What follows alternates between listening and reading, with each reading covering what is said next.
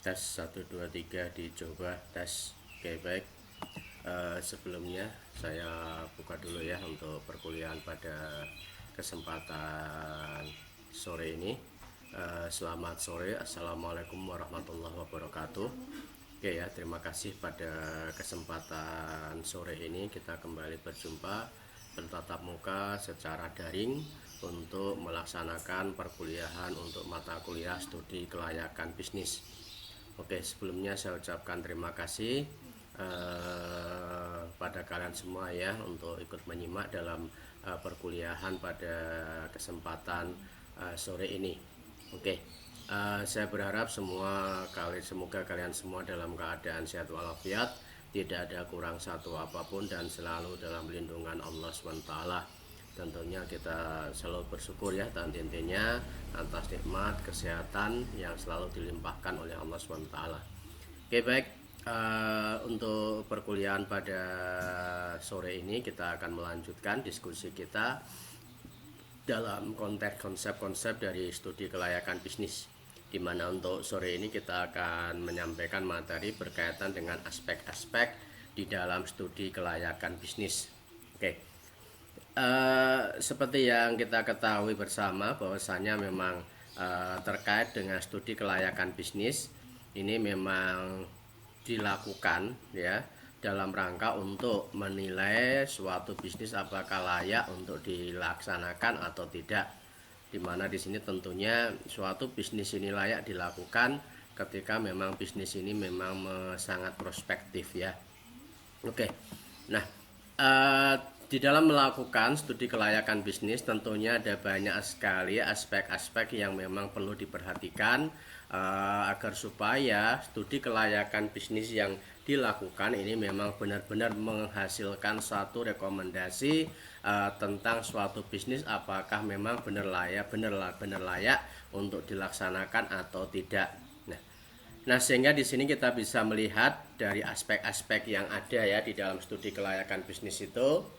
Aspek yang pertama di sini adalah aspek yang berkaitan dengan pasar dan pemasaran. Nah, ini merupakan aspek yang bisa dikatakan menjadi ujung tombak di mana di dalam melakukan suatu bisnis, pasar dan pemasaran ini menjadi kunci keberhasilan ya, keberhasilan daripada suatu bisnis, apakah itu bisnis bergerak di bidang jasa, bergerak di bidang perdagangan ataupun bergerak di bidang manufaktur.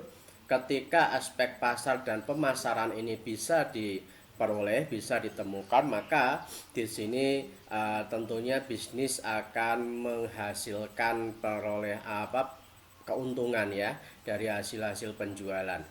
Nah, di dalam aspek pasar di sini tentunya ada beberapa hal yang memang perlu diperhatikan. Yang pertama adalah permintaan pasar. Jadi memang ketika kita bicara tentang permintaan pasar, tentunya ini merupakan sesuatu yang tidak statis ya, tapi dinamis. Dalam artian ada kalanya permintaan pasar ini mengalami peningkatan, ada kalanya permintaan pasar ini mengalami penurunan. Nah, ini. Namun demikian di sini tentunya kalau kita berbicara tentang permintaan pasar, kita bisa mengaitkan dengan posisi atau keberadaan daripada bisnis kita di pasar itu sendiri ya. Dimana di sini tentunya kalau kita bicara tentang bisnis ya, ini memang bisa dikatakan ada fase-fasenya. Ada fase yang namanya di sini perkenalan, ada fase pertumbuhan, kemudian di sini ada fase dalam siklus ya, peningkatan atau dalam artian di sini fase yang memang sudah mapan dan juga ada fase penurunan. Nah, jadi ketika posisi daripada bisnis ini pada tahap-tahap awal atau dalam posisi perkenalan, memang bisa dikatakan kecenderungan daripada permintaan pasar itu relatif rendah. Hal ini karena apa? Karena tentunya produk daripada bisnis ini belum begitu banyak dikenal oleh pasar, ya. Nah, sehingga di situ lebih seringnya permintaan pasar ini rendah, tetapi tentunya di sini biaya-biaya yang dikeluarkan oleh perusahaan atau mungkin di dalam bisnis ini juga besar, sehingga kecenderungan pada tahap-tahap awal ini memang ya permintaan pasar ini kadang tidak sebanding dengan biayanya, ya, di mana permintaan pasar rendah, ya, bahkan mungkin ketika pada awal mungkin tidak ada permintaan pasar, tetapi biaya-biaya operasional di sini dikeluarkan oleh perusahaan, sehingga ketika tidak ada permintaan maka tidak ada pendapatan, perusahaan tidak memperoleh pendapatan. Nah, sehingga kecenderungan di sini perusahaan mengalami kerugian. Tetapi nanti berbeda ketika sampai pada fase ini, dari fase perkenalan kemudian fase pertumbuhan. Biasanya kalau fase pertumbuhan ini ditandai dengan meningkatnya permintaan daripada pasar. Jadi di situ permintaan pasar ini cenderung meningkat terus gitu ya. Dimana di situ yang tadinya bisa jadi ini sebagai follower ya, pengikut pasar, kemudian bisa jadi nanti meningkat menjadi leader. Ya, leader yang ada di dalam pasar itu sendiri. Nah, di sini permintaan pasar tentunya akan meningkat. Dari peningkatan permintaan pasar tentunya juga akan berdampak secara langsung terhadap perolehan pendapatan bagi bisnis tersebut. Di mana di sini juga biaya-biaya operasional tetap dikeluarkan ya, tetapi tentunya di sini mulai tampak adanya keuntungan-keuntungan ya di dalam permintaan pasar di sini yang terus meningkat. Sampai di sini fase mapan ya, di mana di sini ini adalah merupakan posisi puncak, biasanya bisa jadi permintaan pasarnya itu sangat-sangat tinggi, kemudian menjadi leader di dalam pasar. Nah, ini. Nah, kemudian di situ juga nanti biasanya ada kalanya ada fase penurunan, yang mana di situ ada kalanya yaitu karena mungkin pasar sudah ada banyak pemain pasar yang masuk ya, persaingan yang begitu ketat, sehingga kadang di situ mempengaruhi daripada permintaan pasar. Nah, maka dari itu bagaimana strategi-strategi, upaya-upaya yang dilakukan oleh perusahaan atau dalam ini adalah bisnis, agar supaya permintaan pasar yang terjadi ini ya mampu menghasilkan pendapatan, yang mana pendapatan ini nilainya akan lebih besar daripada biaya-biaya operasional yang dikeluarkan oleh perusahaan. Oke. Kemudian ini yang pertama ya, aspek pasar yang perlu diperhatikan yaitu permintaan pasar. Kemudian yang kedua adalah peluang pasar. Nah, ini. Jadi kalau kita bicara tentang peluang pasar, tentunya di sini pebisnis ini harus pandai-pandainya melihat ya peluang-peluang yang ada di pasar, yang mana di situ nanti tentunya bisa masuk ke bisnis tersebut dalam artian dari peluang pasar ini ya. Jadi ada kalanya di dalam peluang pasar ini memang bisa dikatakan kejelian daripada seorang pebisnis di dalam menangkap ya kebutuhan daripada pelanggan ya, atau mungkin bisa jadi berkaitan dengan keinginan-keinginan yang memang di situ kadang juga diinginkan oleh para konsumen itu seperti apa, selera pasar seperti apa, apakah ada perubahan dan sebagainya. Nah, jadi memang ini memang harus dilakukan secara cermat, dilakukan secara jeli, sehingga peluang pasar itu memang bisa diciptakan dan juga bisa menghasilkan sesuatu yang memang bermanfaat. Oke.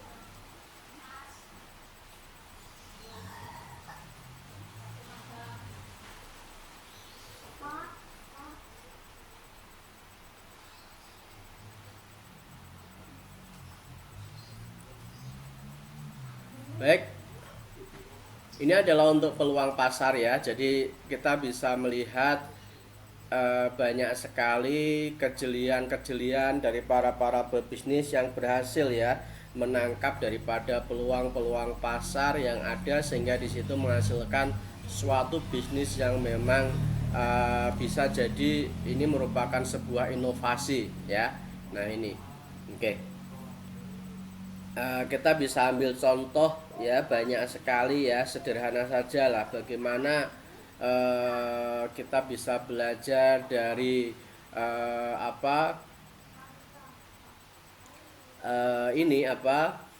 bisnis-bisnis yang sudah berjalan ya, seperti beberapa produk yang memang dihasilkan oleh produsen-produsen. Kita contoh saja lah, misalkan berkaitan dengan produk kopi. Di situ di dalam varian daripada produk kopi, di situ kita kadang menemukan ada beberapa produk kopi baru yang mana di situ memang segmentasinya adalah lebih ke anak muda, misalkan saja dengan berbagai macam varian rasa kopi atau mungkin aroma ya, atau mungkin modifikasi daripada jenis-jenis kopi yang mana di situ memang segmentasinya diperuntukkan bagi para kaula muda. Nah, sehingga di sini tentunya ini menjadi sesuatu yang bisa dikatakan pebisnis ini melihat peluang pasar bahwasanya untuk penikmat kopi ini memang tidak hanya ada pada kalangan dalam tanda kutip ya orang tua itu tidak, tetapi juga anak muda banyak yang memang di situ penikmat kopi, yang mana di sini agar supaya kopi ini bisa dinikmati oleh kaula muda yang memang cenderung memiliki selera-selera tertentu. Nah, ini merupakan gambaran bagaimana peluang pasar ini bisa diciptakan. Nah, ini. Dan tentunya masih banyak lagi lah contoh-contoh yang Anda bisa cermati, Anda bisa lihat dari berbagai macam bisnis yang memang saat ini sudah sangat berkembang ya ini ya. Ini kita banyak, saya kira ya sederhana saja lah. Misalkan kalau sekarang kita melihat banyak sekali produk-produk bumbu yang memang di situ siap pakai, siap saji gitu ya, instan. Nah, ini kan juga merupakan sebuah peluang yang memang diciptakan, yang mana di situ tentunya melihat bagaimana kebutuhan dan keinginan daripada pasar. Nah, ini. Nah, sama seperti dulu ketika BlackBerry pertama kali diciptakan. Nah, ini. Dan tentunya di situ Anda masih ingat bagaimana BlackBerry ini mampu ya menguasai daripada pasar handphone. Pada saat itu ya, sebelum Samsung dengan Android-nya masuk ke pasar, mereka sudah terlebih dahulu menguasai pasar dalam segmen smartphone. Nah, ini. Nah, itu juga terjadi karena apa? Karena mereka mampu menciptakan peluang pasar, yang mana peluang pasar diciptakan dengan cara melihat apa yang menjadi kebutuhan dan keinginan daripada konsumen pengguna daripada handphone. Nah, ini. Nah, mereka tahu apa kebutuhan, apa keinginan daripada pengguna handphone. Karena apa? Karena mereka melakukan survei pasar.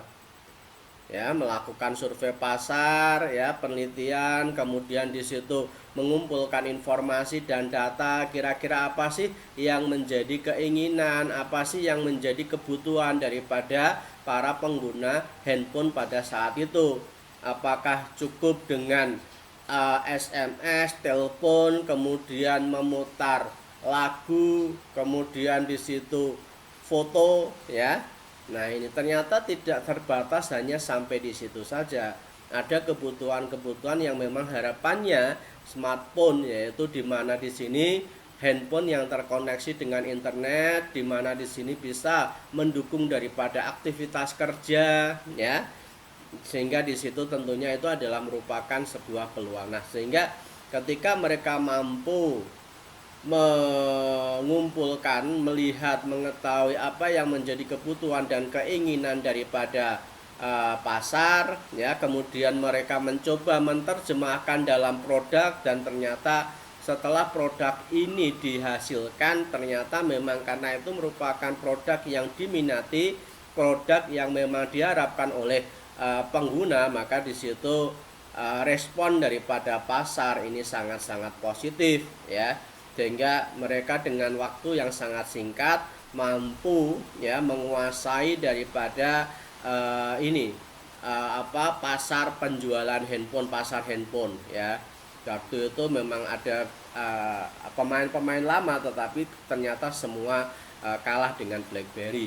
Namun kemudian di situ muncul ya berbasis Android, yang mana di sini ternyata lebih diminati, lebih disukai oleh pemakai handphone. Kemudian secara perlahan namun pasti BlackBerry secara ini ya bertahap kemudian mulai ditinggalkan oleh pemakai, dan mereka kemudian berpindah ke smartphone dan sampai saat ini. Nah, itu gambaran bagaimana peluang-peluang pasar itu memang bisa dihasilkan, bisa diciptakan, tergantung bagaimana kita mampu secara jeli melihat. Nah, ini hanya contoh-contoh ya. Saya kira banyaklah Anda bisa menerjemahkan bagaimana peluang pasar itu bisa ada. Kemudian aspek pasar dan pemasaran yang berikutnya yang perlu diperhatikan adalah perkembangan pasar, penetapan pangsa pasar. Nah, ini sangat penting sekali ya. Jadi kita perlu melakukan survei terhadap pasar, kita harus mengikuti bagaimana perkembangan daripada pasar dari produk yang kita ini dimasuk di dalamnya, termasuk selera pasar, kompetitor. Nah, ini jadi memang kompetitor ini bisa dikatakan di dalam bisnis ini merupakan bagian daripada bisnis itu sendiri ya. Dalam artian kalau bisnis ini adalah bukan bisnis monopoli, maka tentunya yang namanya kompetitor itu memang bagian daripada bisnis. Namun demikian di sini dengan adanya kompetitor kita bisa menyikapi dengan hal-hal yang positif. Dalam artian kita bisa belajar dari kompetitor, kita bisa memiliki keunggulan yang kompetitif agar supaya kita tetap menang dalam persaingan. Nah, ini juga bagian daripada perkembangan pasar. Kemudian di samping itu juga selera pasar ini juga perlu diperhatikan. Karena memang kalau kita bicara tentang perkembangan pasar yang terkait dengan selera pasar, ini memang selera pasar ini cenderung bisa berubah-ubah. Ya, karena memang selera pasar itu kadang mengikuti tren. Apalagi kalau kita berbicara tentang produk barang fashion gitu ya, selera pasarnya memang bisa dikatakan selalu berubah karena memang di situ kadang ada semacam kiblat-kiblat tertentu dalam mode. Nah, ini. Tetapi tentunya di sini ini merupakan bagian daripada perkembangan pasar dan kita harus bisa menyikapi secara positif. Jadi kita tidak bisa ya dalam perkembangan pasar kemudian kita mengabaikan perubahan-perubahan yang terjadi di pasar. Nah, ini tentunya menjadi sesuatu yang sangat merugikan ya ini. Nah, makanya ini adalah sesuatu yang harus tetap ditangkap ya. Kita bisa melihat contoh bagaimana produk HP Nokia lah ini saya nyebut merek nggak apa-apa ya.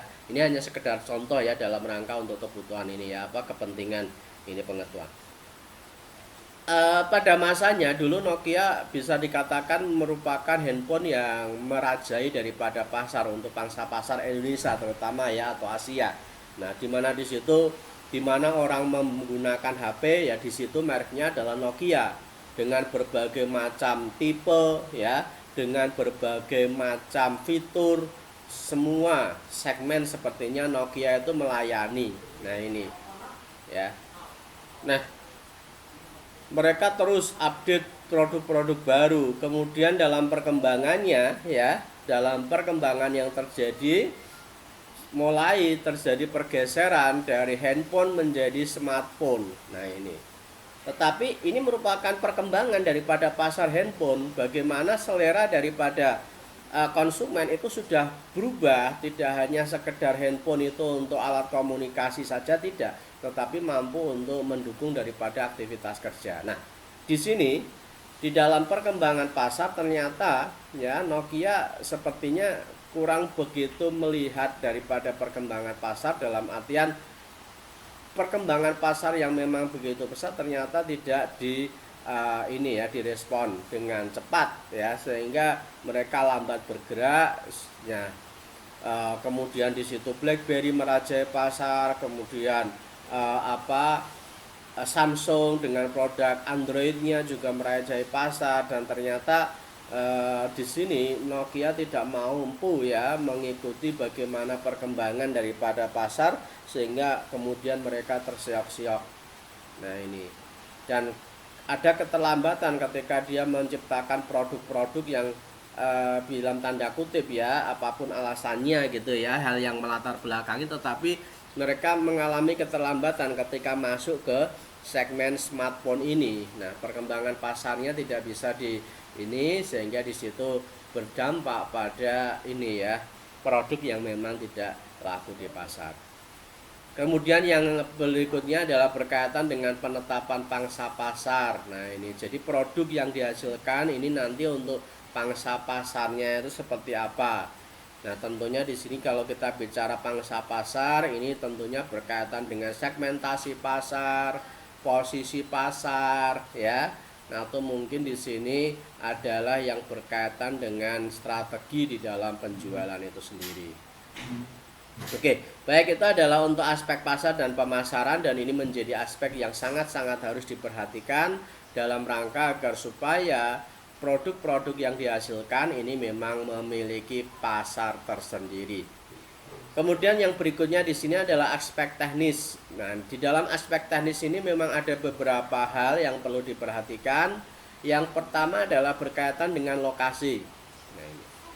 Lokasi di sini memang di dalam penentuan ini, di dalam apa ya, di dalam suatu bisnis ini kadang memberikan pengaruh ya, hal yang memang sangat berpengaruh ya ini.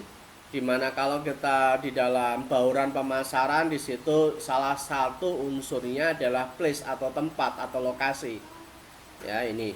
Jadi suatu bisnis ketika memperoleh lokasi yang sangat-sangat strategik, lokasi yang bagus, maka tentunya di sini akan ya memberikan perolehan pendapatan yang sangat bagus sekali.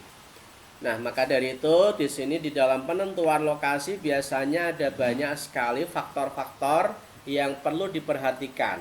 Nah, dan pertimbangan di dalam penentuan lokasi ini harus benar-benar dilakukan analisa secara mendalam. Ya, berkaitan dengan cost atau biaya-biaya lokasi tersebut. Nah, ini. Makanya di sini ketika perusahaan misalkan ingin membuat suatu kantor. Nah, ini tentunya di mana letak kantor ini dilakukan, berada. Ini apakah di kota besar ataukah mungkin di pinggir perkotaan atau mungkin di mana? Nah, ini apakah di situ lokasinya dekat dengan pemukiman, apakah lokasinya dekat dengan pertokoan. Nah, ini juga perlu diperhatikan. Ini kalau untuk kantor. Kemudian untuk gudang atau untuk pabrik ini bagaimana? Misalkan pabrik untuk proses produksi ini pun juga harus diperhatikan. Nah, ini. Jadi sangat banyak ini. Sebagai contoh misalkan saja ya, ketika perusahaan bisnis dimulai, di mana di sini mau mendirikan pabrik. Nah, ini bisa jadi pabrik ini mau ditempatkan di mana. Nah, ini ada beberapa pertimbangan. Jadi misalkan saja pabrik diletakkan ya, lokasinya ini mendekati dengan bahan baku misalkan. Ini bisa saja terjadi karena dimungkinkan untuk mendapatkan bahan baku ini memang sangat-sangat susah. Kemudian di samping itu juga butuh biaya yang cukup mahal. Nah, maka kadang ini kemudian perusahaan dalam mendirikan pabrik ini mengambil lokasi yang lebih dekat dengan sumber daripada bahan baku. Nah, ini. Jadi contoh misalkan saja ketika kita ingin mendirikan perusahaan yang mana perusahaan ini adalah merupakan perusahaan pengolah ikan segar gitu. Nah, kalau kita ingin membuat bisnis pengolahan ikan segar, maka tentunya di sini lokasi yang tepat ini adalah lokasi yang memang harus dekat dengan sumber bahan baku, yaitu dekat dengan laut sebagai penghasil daripada bahan baku itu. Sehingga di sini ikan yang diperoleh ini ya benar-benar fresh, segar, kualitas bahan baku masih bagus, sehingga di sini tentunya akan membantu di dalam perusahaan untuk melakukan efisiensi terhadap biaya-biaya bahan baku. Nah, ini. Tetapi beda ketika misalkan saja di dalam mendirikan suatu pabrik, ini pengennya itu lebih mendekatkan kepada tenaga kerja gitu. Nah, ini juga nanti bisa dipertimbangkan. Oh, berarti kira-kira tenaga kerja yang memang memiliki keahlian di bidang tertentu itu di mana? Nah, ini tentunya nanti bisa lebih didekatkan.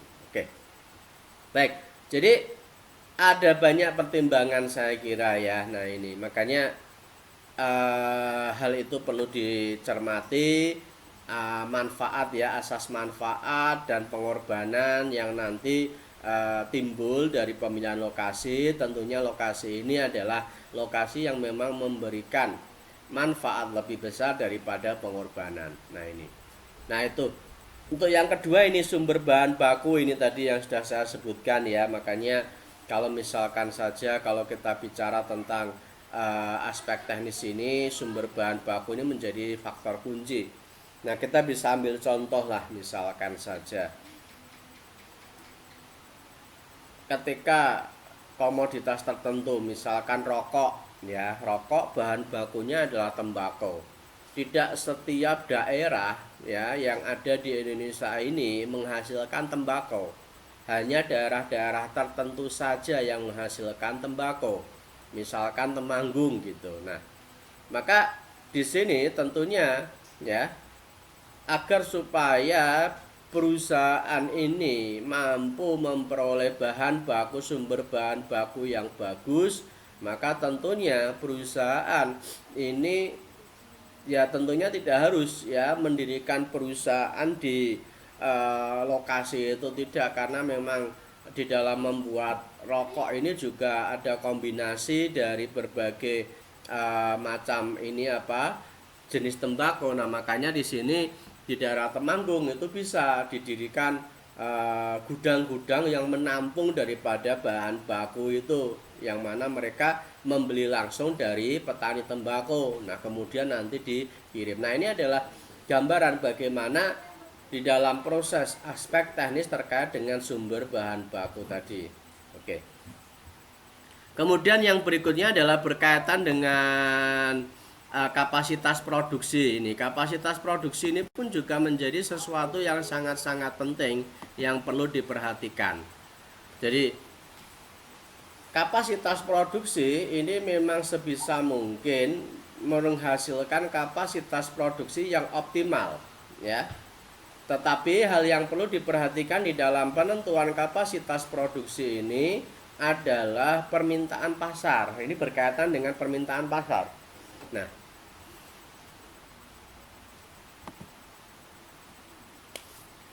namun demikian di sini secara teknis ketika bisnis ini dimulai dan di sini kita melihat aspek teknisnya, berapa besar kapasitas produksi yang mampu dihasilkan, ini harus sudah ada gambaran. Nah, ini sehingga nanti ketika terjadi lonjakan permintaan pasar, maka di situ kapasitas produksi ini mampu memenuhi daripada permintaan pasar tersebut. Nah, ini. Oke.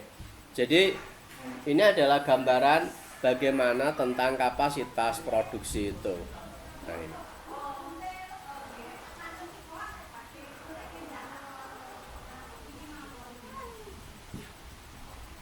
Oke, jadi misalkan saja dengan membeli mesin-mesin, tentunya di sini secara teknis harus tahu berapa kapasitas produksi dari mesin-mesin tersebut. Nah, ini harus diketahui ya, sehingga nanti ketika proses produksi dilakukan, kemudian ada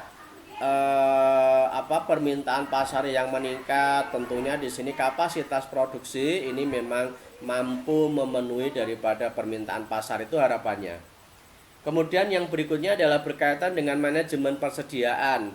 Nah, ini menjadi sesuatu yang memang harus diperhatikan dari awal, karena secara teknis manajemen atau persediaan ini menjadi sesuatu yang sangat-sangat dilema ya. Sangat-sangat dilema itu dalam artian persediaan ini pengaruhnya ini nanti dalam konteks ketika persediaan tersedia dalam jumlah yang terlalu besar, ini juga akan menimbulkan biaya-biaya tambahan, atau mungkin sebaliknya ketika persediaan ini tersedia dalam jumlah yang sedikit, ini juga akan menimbulkan biaya-biaya tambahan. Nah, sehingga perusahaan ini harus mampu melakukan pengelolaan atas persediaan sehingga dari persediaan yang dimiliki itu tidak menimbulkan terjadinya biaya-biaya tambahan yang memang di situ berdampak pada pengurangan atas laba yang dihasilkan. Nah ini. Jadi pada contoh banyak kasus di situ kadang misalkan karena adanya promo harga ya, yang mana di situ adanya semacam potongan harga, promo harga, beli banyak, sehingga di situ kadang tertarik untuk membeli persediaan dalam jumlah yang banyak, tetapi ternyata tidak dipersiapkan tentang tempat penyimpanan atau mungkin kapasitas gudang untuk menyimpan, sehingga di situ kadang harus membuat tempat penyimpanan baru, yang mana di sini tentunya ada kerawanan-kerawanan tertentu yang berkaitan dengan produk yang rusak atau pencurian dan merupakan kerugian-kerugian yang lain. Nah ini kadang tidak diperhatikan, atau bahkan juga mungkin sebagian ada yang karena memang di sini di dalam melakukan pembelian persediaan ini dalam jumlah yang sedikit, sehingga ketika proses produksi ini masih berjalan ternyata persediaan bahan baku ini habis. Nah, sehingga di sini tentunya akan merugikan bagi perusahaan. Karena apa? Karena proses produksi ini terhenti, kapasitas produksi menganggur, bahkan di sini yang terjadi bisa saja permintaan pasar itu tidak bisa terpenuhi dengan baik. Nah, ini juga merupakan kerugian tersendiri. Maka perlu dilakukan manajemen dalam persediaan agar supaya suplai persediaan ini memang selalu ada, proses produksi ini terjamin kelancarannya, tetapi di sini juga persediaan yang tersedia ini memang tidak dalam jumlah yang berlebihan. Nah ini makanya ada sistem just in time, ini merupakan salah satu manajemen persediaan yang biasanya banyak dipakai oleh perusahaan. Oke. Itu adalah yang berkaitan dengan aspek teknis. Kemudian untuk aspek yang lain ini adalah berkaitan dengan aspek manajemen. Nah, di dalam aspek manajemen ini tentunya sebagaimana fungsi daripada manajemen itu sendiri, ya, ada planning atau perencanaan, kemudian ada pengorganisasian, ada directing atau actuating, pengarahan, dan juga controlling, pengendalian. Jadi aspek manajemen ini harus mampu menjalankan fungsi-fungsinya dengan baik.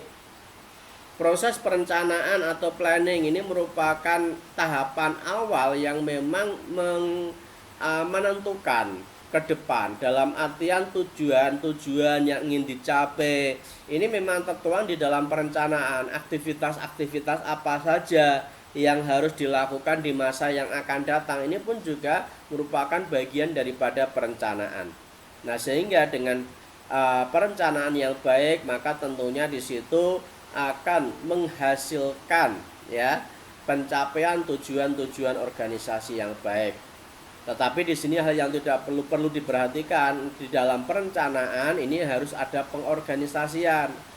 Kita harus mampu mengorganisir sumber-sumber daya yang dimiliki oleh organisasi, baik sumber daya manusia maupun sumber daya modal, ya, ataupun mungkin sumber daya energi yang lainnya atau sumber daya bahan baku. Nah, ini harus bisa diorganisir sehingga di situ mampu mendukung daripada perencanaan yang sudah dibuat. Nah, kemudian berikutnya adalah pengarahan. Pengarahan ini dalam artian bagaimana agar supaya perencanaan yang sudah ditetapkan, kemudian di sini sudah ada pengorganisasian, nah nanti baru dilakukan pengarahan agar supaya ini adalah merupakan proses eksekusi, ya, proses eksekusi dari berbagai macam perencanaan yang memang sudah ditetapkan. Nah, kemudian yang bagian berikutnya adalah berkaitan dengan pengendalian, controlling. Ini menjadi sesuatu yang sangat penting sekali. Ibaratnya ini untuk memastikan apakah dalam proses ya pelaksanaan perencanaan ini memang masih sesuai dengan yang sudah ditetapkan. Oke. Ibaratnya ya seperti berjalan dalam relnya atau keluar dari rel. Nah, ini adalah gambaran tentang pengendalian. Oke, kemudian untuk yang lain ini berkaitan dengan aspek manajemen sumber daya. Ini berarti berkaitan dengan sumber daya manusia. Nah, ini ketika bisnis pertama kali dimulai, ini memang yang sering terjadi adalah bisnis ini memiliki keterbatasan daripada sumber daya manusia yang ada. Makanya di sini dengan keterbatasan sumber daya manusia yang ada, ini bukan berarti kemudian bisnis ini menjadi terhambat, itu tidak. Tetapi bagaimana agar supaya bisnis ini dengan sumber daya manusia yang terbatas tetapi mampu melakukan action dengan baik. Nah, maka di sini perlu adanya perencanaan sumber daya manusia berkaitan dengan kebutuhan sumber daya manusia, berkaitan dengan posisi-posisi daripada jumlah kebutuhan sumber daya manusia. Nah, ini harus diperhatikan. Kemudian analisis pekerjaan ini juga sangat penting sekali agar supaya menciptakan proses bisnis yang memang efektif dan efisien. Kemudian di sini ada juga rekrutmen and seleksi. Ini di dalam perekrutan dan penyeleksian ini juga harus ditetapkan prosedur-prosedur yang memang di situ jelas. Kemudian pelatihan dan pengembangan ini menjadi bagian daripada kebutuhan perusahaan dalam rangka untuk agar supaya mampu berkompetisi. Kemudian penilaian kinerja ini juga dalam rangka untuk menghasilkan sumber daya manusia yang memiliki kualifikasi yang memang kinerja yang baik. Kompensasi ini berkaitan dengan penggajian. Ya, setiap karyawan tentunya harapannya adalah digaji dengan nilai yang tinggi.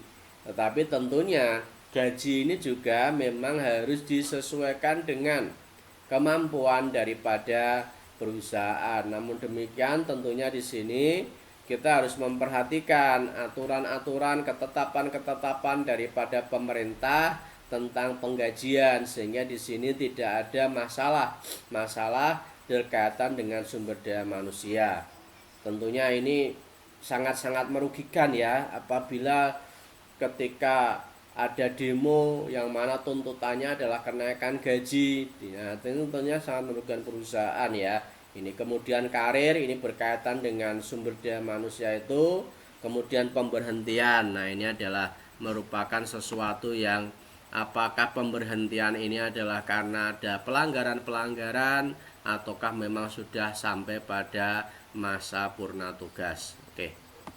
Kemudian aspek keuangan ini menjadi sesuatu yang sangat-sangat penting juga, karena bagaimanapun juga di dalam bisnis ini memerlukan pembiayaan, sehingga sumber daripada biaya, sumber daripada modal ini berasal dari mana ini harus jelas. Kemudian pengalokasiannya itu untuk apa juga harus jelas. Jadi makanya di dalam proses awal untuk kebutuhan daripada bisnis ini memerlukan modal kerja berapa, kemudian untuk kegiatan operasional rutin itu berapa. Nah, ini harus diperhitungkan dengan baik. Tidak cuma diperhitungkan, tetapi sumber modalnya ini dari mana? Ini bergantung daripada bisnis itu sendiri.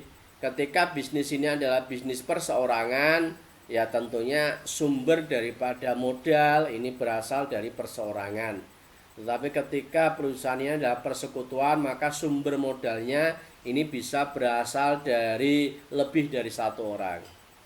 Atau mungkin kalau memang di sini adalah perseroan terbatas atau PT, di mana di situ sumber modalnya ini berdasarkan atas penjualan saham, maka tentunya kontribusi daripada modal yang masuk ini sangat banyak. Kemudian di samping itu juga yang perlu diperhatikan adalah biaya modal. Karena bagaimanapun juga ketika modal ini ditanamkan ke perusahaan, maka harapannya adalah modal ini bisa berkembang. Perkembangan daripada modal ini bisa terjadi ketika perusahaan bisnis ini menghasilkan pendapatan, yang mana pendapatan ini itu lebih besar daripada biaya atau pengorbanan yang dilakukan. Nah, sehingga disinilah nanti mampu untuk membayar biaya modal itu. Jadi sebagai contoh, misalkan saja ada perusahaan X gitu ya, sumber modalnya ini dari saham, penjualan saham. Kemudian si A ini memiliki saham perusahaan X. Nah, si A ini memiliki saham, membeli saham perusahaan X, itu kan harapannya agar supaya si A ini memperoleh keuntungan ya atas ya saham yang dimiliki oleh perusahaan X itu. Nah, maka inilah yang dimaksud dengan biaya modal. Nah, sehingga perusahaan ini harus mampu ya memberikan keuntungan kepada para pemilik modal itu. Nah, ini. Kemudian metode penilaian investasi. Nah, ini adalah berkaitan dengan analisis keuangan ya. Jadi memang ketika investasi keuangan ini akan dilakukan, maka untuk memberikan kepastian bahwasanya investasi ini menguntungkan dari sisi finansial atau tidak, maka tentunya di sini perlu dilakukan berbagai macam analisis. Ada payback period, internal rate of return, kemudian net present value, probability index, break even point. Nah, ini adalah merupakan beberapa itu ya. Nah, ini aspek lingkungan juga ya. Industri, ancaman, pendatang baru, persaingan, perusahaan, pengganti produk, kekuatan tawar-menawar pembeli. Nah, ini. Kemudian ada aspek yuridis, ini berkaitan dengan aspek hukum. Kemudian aspek AMDAL, ini berarti analisa dampak lingkungan ya, aspek lingkungan ini juga perlu diperhatikan. Kemudian di sini faktor-faktor yang menyebabkan kegagalan dalam studi kelayakan bisnis ini ya, ada beberapa faktor. Oke. Dan yang terakhir di sini adalah tips agar supaya studi kelayakan bisnis ini ya, kelengkapan dan keakuratan data dan informasi tenaga ahli dalam tim studi kelayakan, penentuan metode yang tepat, loyalitas tim sukses. Oke. Baik. Jadi itu yang bisa saya sampaikan pada perkuliahan untuk petang ini ya. Saya ucapkan terima kasih atas perhatiannya. Semoga apa yang saya sampaikan bisa Anda pahami, bisa Anda terima. Jangan lupa apabila ada pertanyaan atau mungkin ada materi yang kurang jelas, bisa langsung disampaikan langsung melalui WhatsApp. Oke, baik. Jadi itu, terima kasih. Saya akhiri ya. Selamat petang. Wassalamualaikum warahmatullahi wabarakatuh.